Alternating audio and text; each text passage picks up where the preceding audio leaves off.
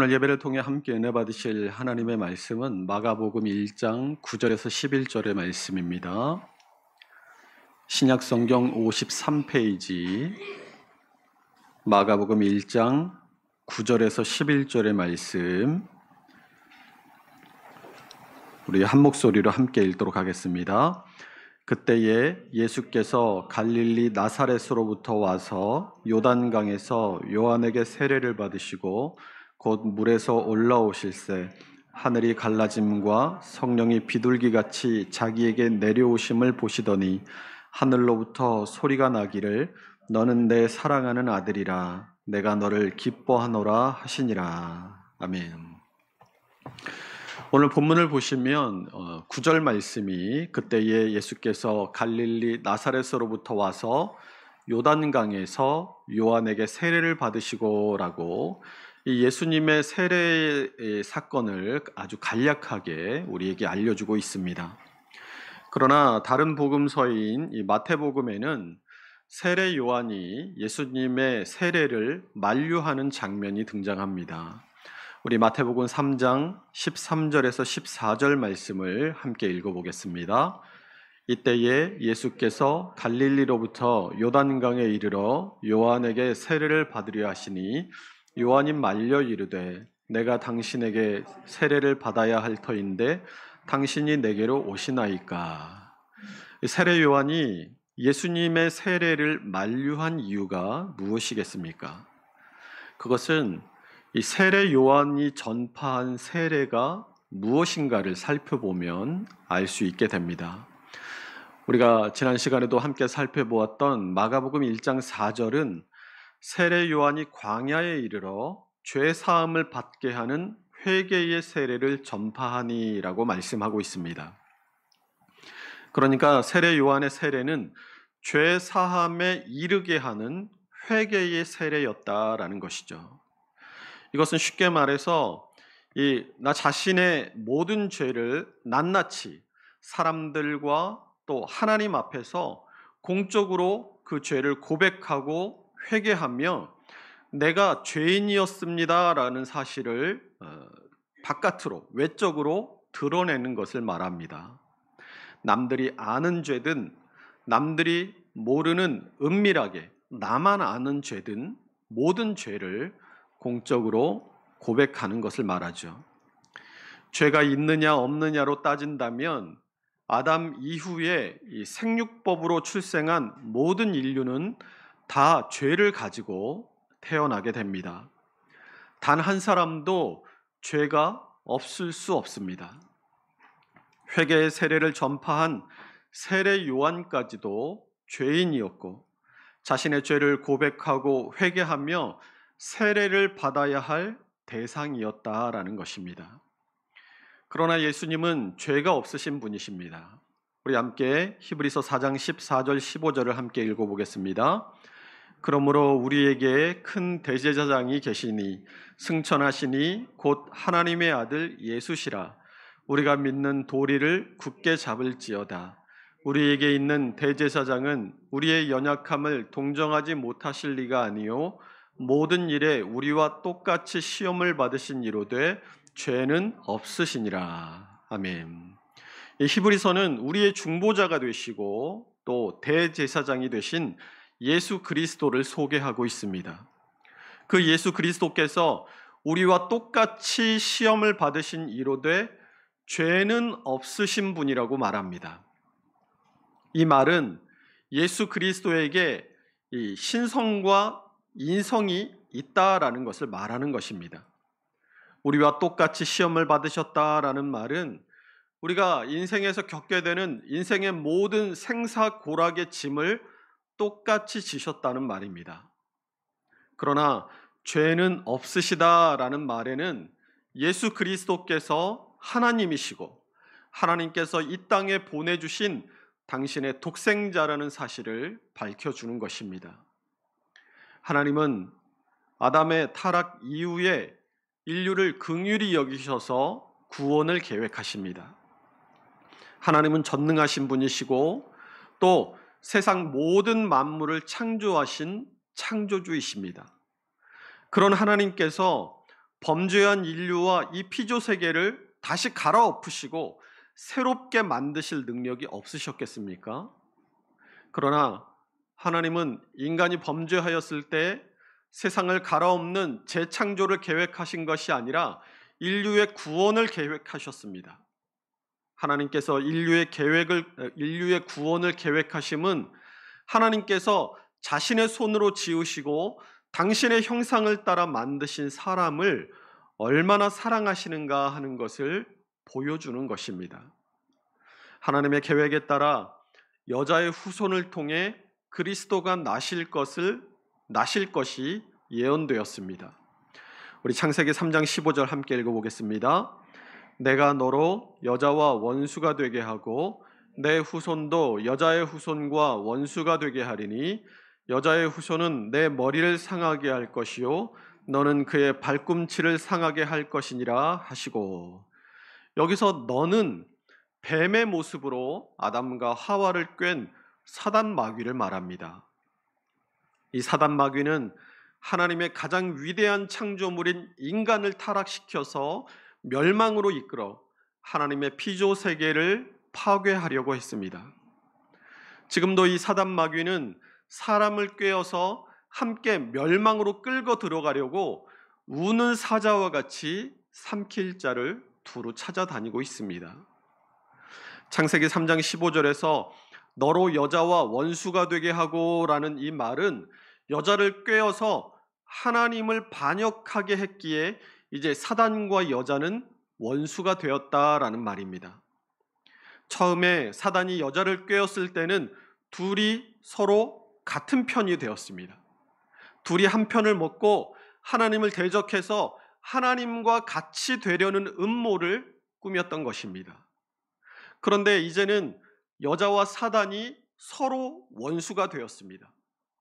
이 히브리어로 원수가 되게 하고라는 이 말을 증오를 놓는다라는 그런 말이 이 말에 사용되었습니다. 음흉한 계략으로 하나님의 왕위 찬탈을 노리던 이 둘이 이제는 서로 너 때문이다라고 싸운다는 거예요. 서로가 서로를 증오하게 되었다라는 말입니다. 하나님의 말씀은 여기에서 그치지 않습니다. 창세기 3장 15절 중반절을 보면 내 후손도 여자의 후손과 원수가 되게 하리니 라고 말하고 있는데, 여기서 이 여자의 후손은 복수로 쓰인 것이 아니라 단수로 쓰였습니다. 그러니까 여자의 후손 가운데 태어날 누군가가, 창세기 3장 15절 하반절 보세요. 여자의 후손은 내 머리를 상하게 할 것이고 너는 그의 발꿈치를 상하게 할 것이다. 이 머리를 상하게 한다는 말은 결정적인 승리를 얻게 되는 것을 말합니다.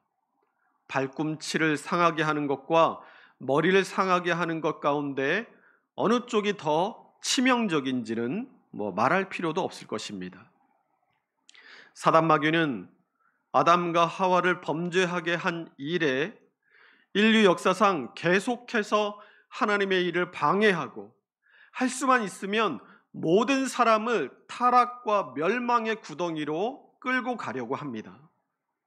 하나님의 아들이신 예수 그리스도가 이 땅에 육신을 입고 오셨을 때에도 사단 마귀는 처음에는 예수님을 시험하고 그를 유혹해서 넘어뜨리려고 했습니다. 마태복음 4장 1절에서 11절은 마귀에게 시험 받으신 예수님에 대한 내용이 기록되고 있는데, 그 시험에서 마귀는 처음에는 떡으로 예수님의 능력을 시험했습니다. 두 번째 시험은 성전 꼭대기에 예수님을 세우고 뛰어내리라고 합니다. 세 번째는 천하 만국을 보여주면서 자기에게 경배하면 이 모든 것을 주겠다라고 예수님을 유혹했습니다. 그러나 예수님은 이 세 가지 시험과 유혹을 모두 말씀으로 물리치고 승리하십니다. 예수 그리스도를 넘어뜨리려다 실패한 사단 마귀는 이제 두 번째로는 하나님의 아들을 죽이면 마침내 자신이 승리할 것이라고 생각했습니다. 이것은 포도원 농부의 비유를 생각나게 합니다. 포도원 농부의 비유는 한 집주인이 포도원을 만들고 그 포도원을 농부들에게 새로 주고 먼 타국으로 가면서부터 시작됩니다.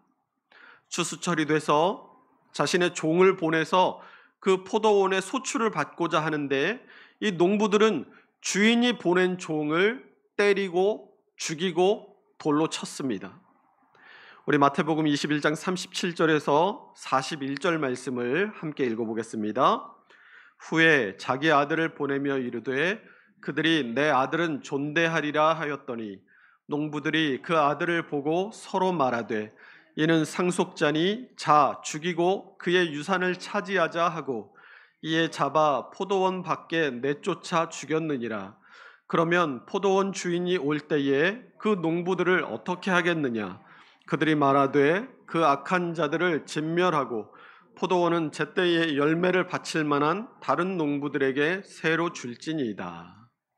악한 농부들이 당할 일은 정해져 있습니다.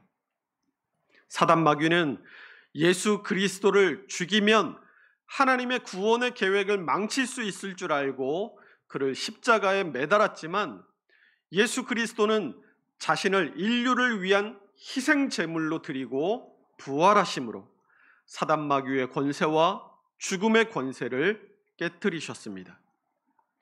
아담과 하와의 타락 이후에 인류를 속박하던 죄와 죽음의 권세가 깨어진 것입니다.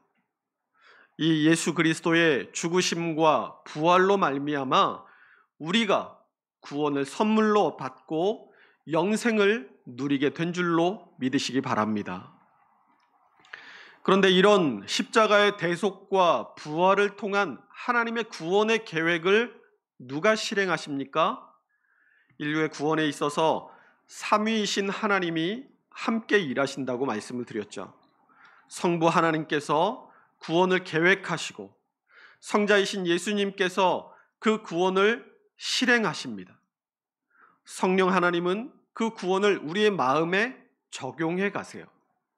2000년 전에 중동 땅에서 일어난 한 젊은이가 십자가에서 죽은 그 사건이 바로 나를 위한 하나님의 아들의 대속의 사건이었다라는 것이 지금을 살아가고 있는 우리 마음에 믿어지게 하시는 것이 성령께서 하시는 일이라는 겁니다. 그런데 인류 전체에 이 죄에 대한 대속의 짐을 지는 것은 사람으로서는 할 수 없는 일이었습니다.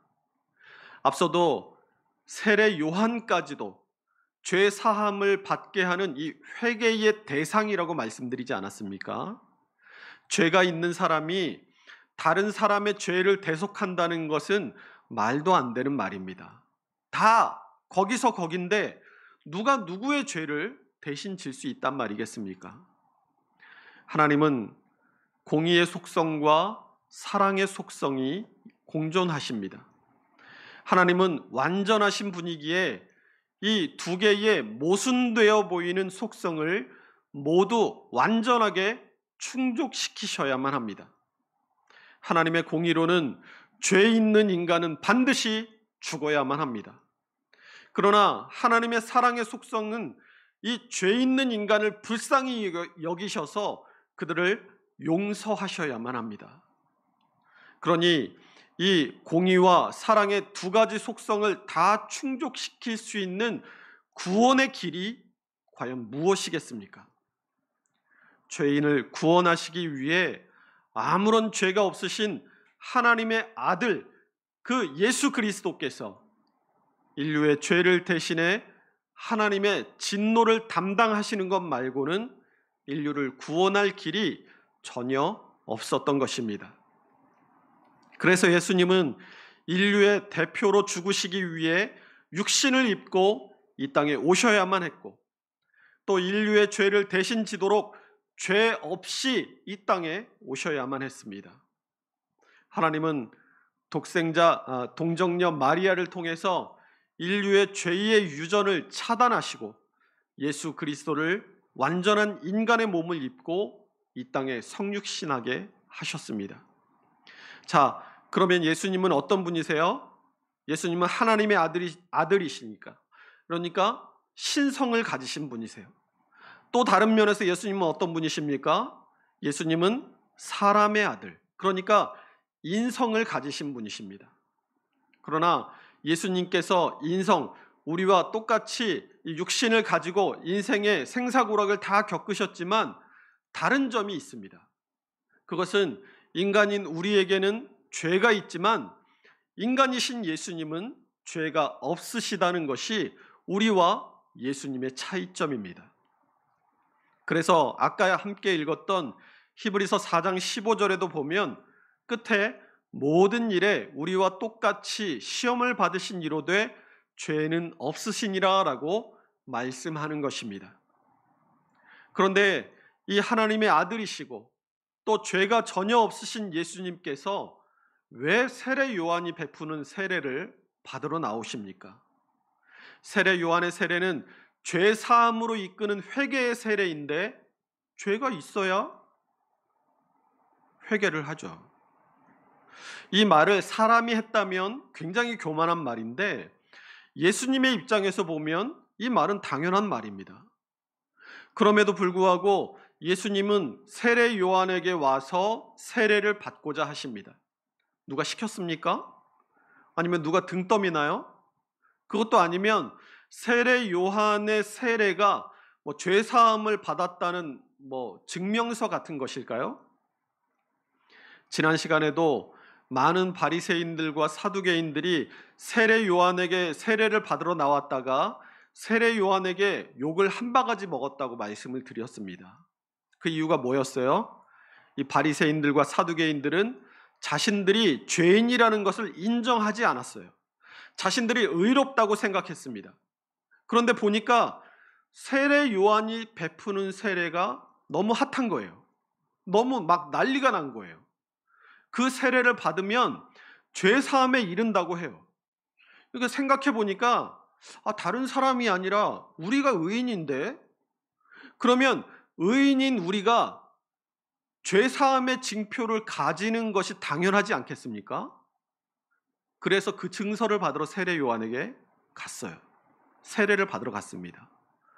여기서 많은 바리새인들과 사두개인들이라고 말하잖아요. 그런데 성경 어디를 들춰봐도 이 많은 바리새인들과 사두개인들이라는 이 표현은 세례 요한에게 세례를 받으러 나온 이 장면 밖에 다른 성경에는 찾아볼 수 없습니다. 다른 데에서는 그냥 바리새인 혹은 복수로 바리새인들 이렇게만 기록하고 있어요. 그러니까 이 많은 바리새인들과 사두개인들이라는 이 표현은 이 당시에 대다수의 바리새인들과 사두개인들이 가지고 있던 그들의 생각이 뭐였는가 하는 것을 보여주는 겁니다. 바리새인들과 사두개인들은 대다수가 다 자신들이 의롭다고 생각했어요. 우리가 의인인데 당연히 의인의 징표를 받으러 가야죠. 복음서에는 이 세례 요한의 세례에 대한 기사에서 이 많은 바리새인들, 사두개인들과 예수님을 비교해서 독자들에게 보여줍니다.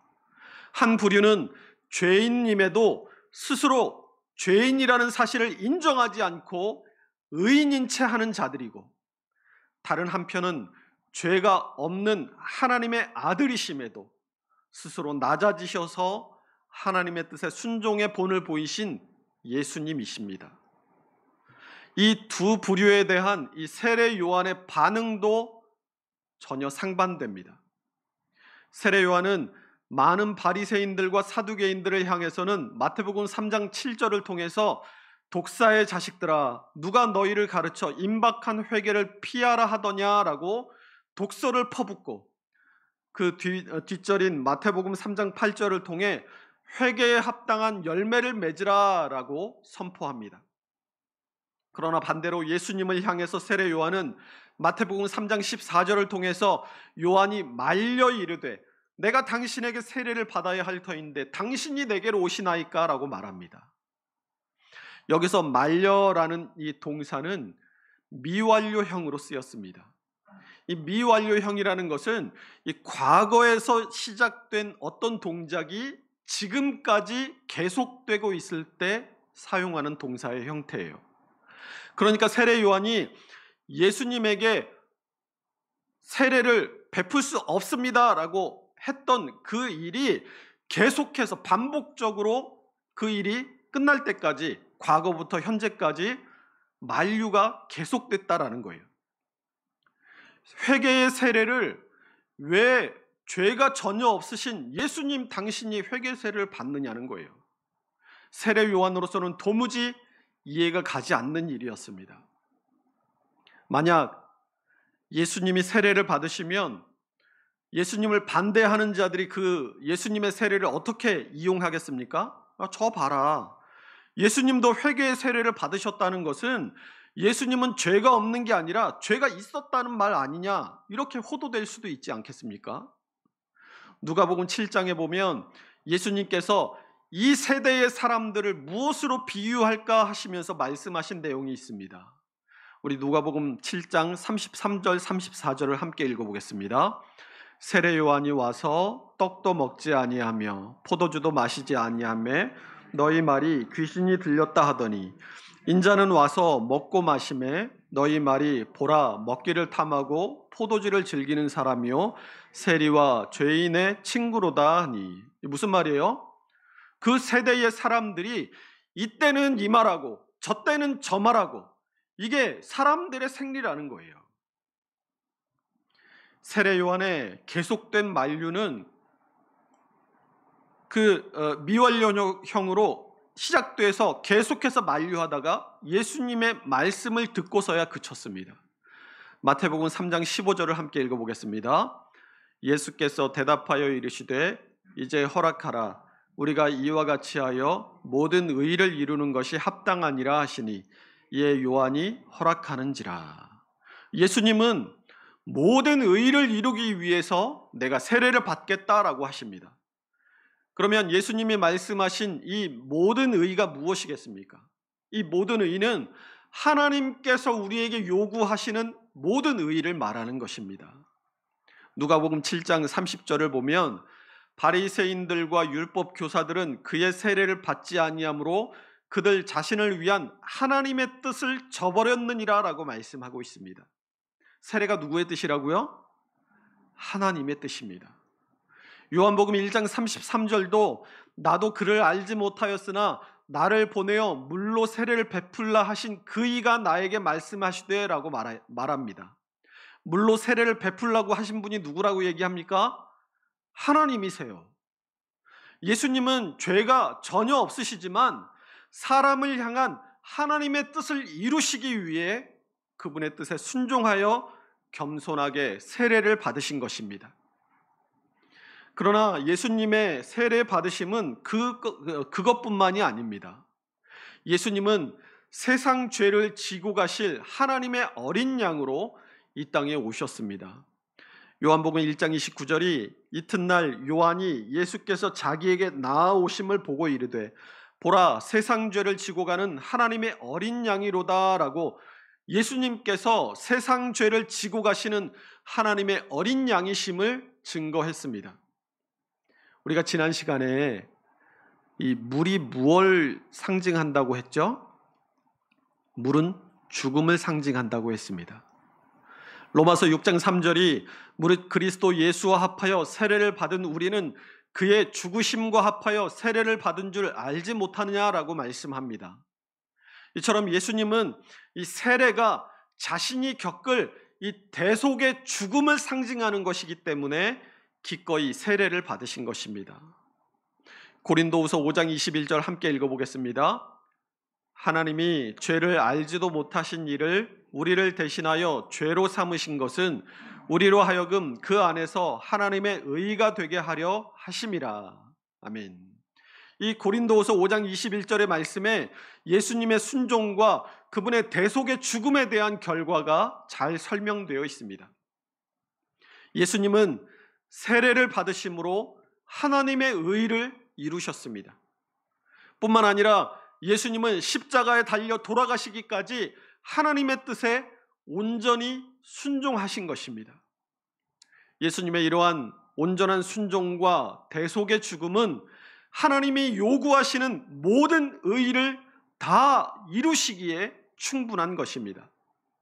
그리고 그 결과로 예수님은 예수님 안에 있는 우리에게 예수님이 당신의 순종과 죽음으로 이루신 그 의를 우리에게 다 주신 것입니다. 이것을 의의 전가라고 말합니다. 우리 로마서 5장 18절과 19절을 함께 읽어보겠습니다. 그런즉 한 범죄로 많은 사람이 정죄에 이른 것 같이 한 의로운 행위로 말미암아 많은 사람이 의롭다 하심을 받아 생명에 이르렀느니라. 한 사람이 순종하지 아니함으로 많은 사람이 죄인 된 것 같이 한 사람이 순종하심으로 많은 사람이 의인이 되리라. 이 로마서 5장은 죄의 전가와 의의 전가를 말씀해 줍니다. 이 죄의 전가라는 것은 아담의 죄가 그 후손들에게 그대로 전가되는 것을 말해요. 그런데 이 의의 전가는 더 나아가서 우리 성도의 죄가 예수 그리스도에게로 전가되는 것을 말합니다.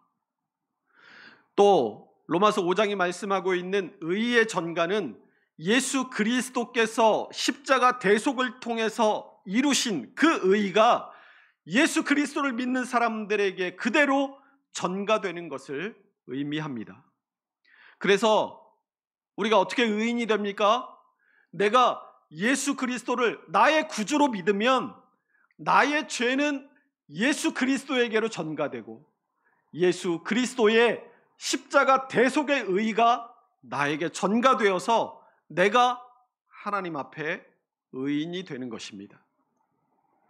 이처럼 예수님은 하나님의 뜻에 순종하기 위해서 또한 십자가 대속의 죽음을 우리를 대신에 지시기 위해서 하나님의 의의 충족인 세례를 받으셨습니다. 세례의 본래의 뜻이 구원의 외적인 증거인 것처럼 세상 모든 사람들이 다 알도록 예수님께서 하나님의 뜻에 온전히 순종하셨다는 것을 보이시기 위해서 또 세상 죄를 지고 가는 하나님의 어린 양이심을 세상 만방에 보여주시기 위해서 예수님께서 세례 요한의 세례를 받으셨다는 겁니다. 그런 예수님을 향해서 오늘 본문 11절이 하늘로부터 소리가 나기를 너는 내 사랑하는 아들이라 내가 너를 기뻐하노라 하시니라 라고 말씀합니다.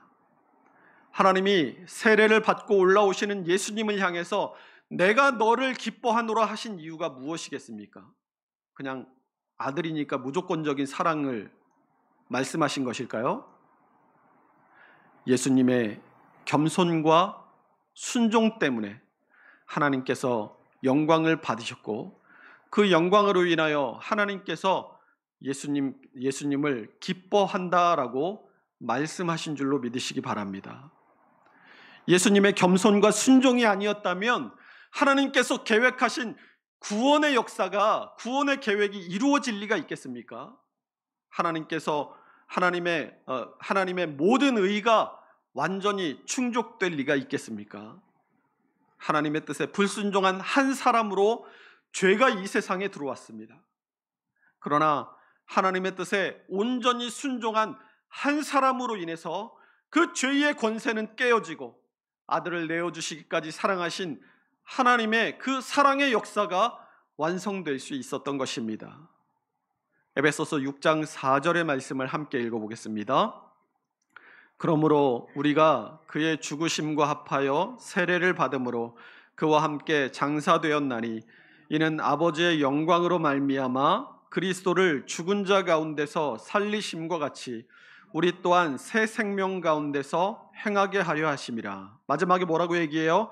우리로 또한 새 생명 가운데서 행하게 하려 함이라. 우리 모두는 하나님의 사랑하심과 예수 그리스도의 대속의 희생으로 새 생명을 얻은 자들인 줄로 믿으시기 바랍니다. 예수님 때문에 우리가 새 생명을 얻었다면 새 생명을 얻은 우리가 이제부터 살아가야 할 삶은 자명한 것입니다. 예수를 위해 살고 예수를 위해 죽는 것입니다. 예수를 위해 죽고 예수를 위해 살고자 할 때 어떻게 사는 것이 예수를 위한 삶이고 예수를 위한 죽음이겠습니까? 예수님께서 이 땅에 오셔서 그분의 삶을 통해 보여주신 사랑과 낮아지심과 섬김의 삶을 우리도 그대로 따라서 사는 것이 예수를 위해 살고 예수를 위해 죽는 삶이 아니겠습니까? 하나님의 모든 의를 충족시키시기 위해 세례를 받으시고 십자가를 지신 예수님처럼 우리도 예수님처럼 살아감으로써 하나님의 모든 의를 충족시키며 살아야 할 줄로 믿습니다. 우리의 힘이나 능력으로는 할 수 없습니다. 오직 예수 그리스도의 능력을 의지하고 그 능력을 붙들 때 주님의 성령께서 우리로 하여금 예수님처럼 살도록 도우시고 힘 주실 줄로 믿습니다. 그러므로 이번 한 주간도 하나님의 의를 이루신 예수님, 우리에게 자신의 의를 전가하셔서 우리를 의로운 자로 여겨주신 그 예수님의 뜻을 따라 겸손하게 순종과 사랑과 순종의 삶을 살아가는 우리 모두가 될 수 있으시기를 주님의 이름으로 축원합니다. 기도하겠습니다.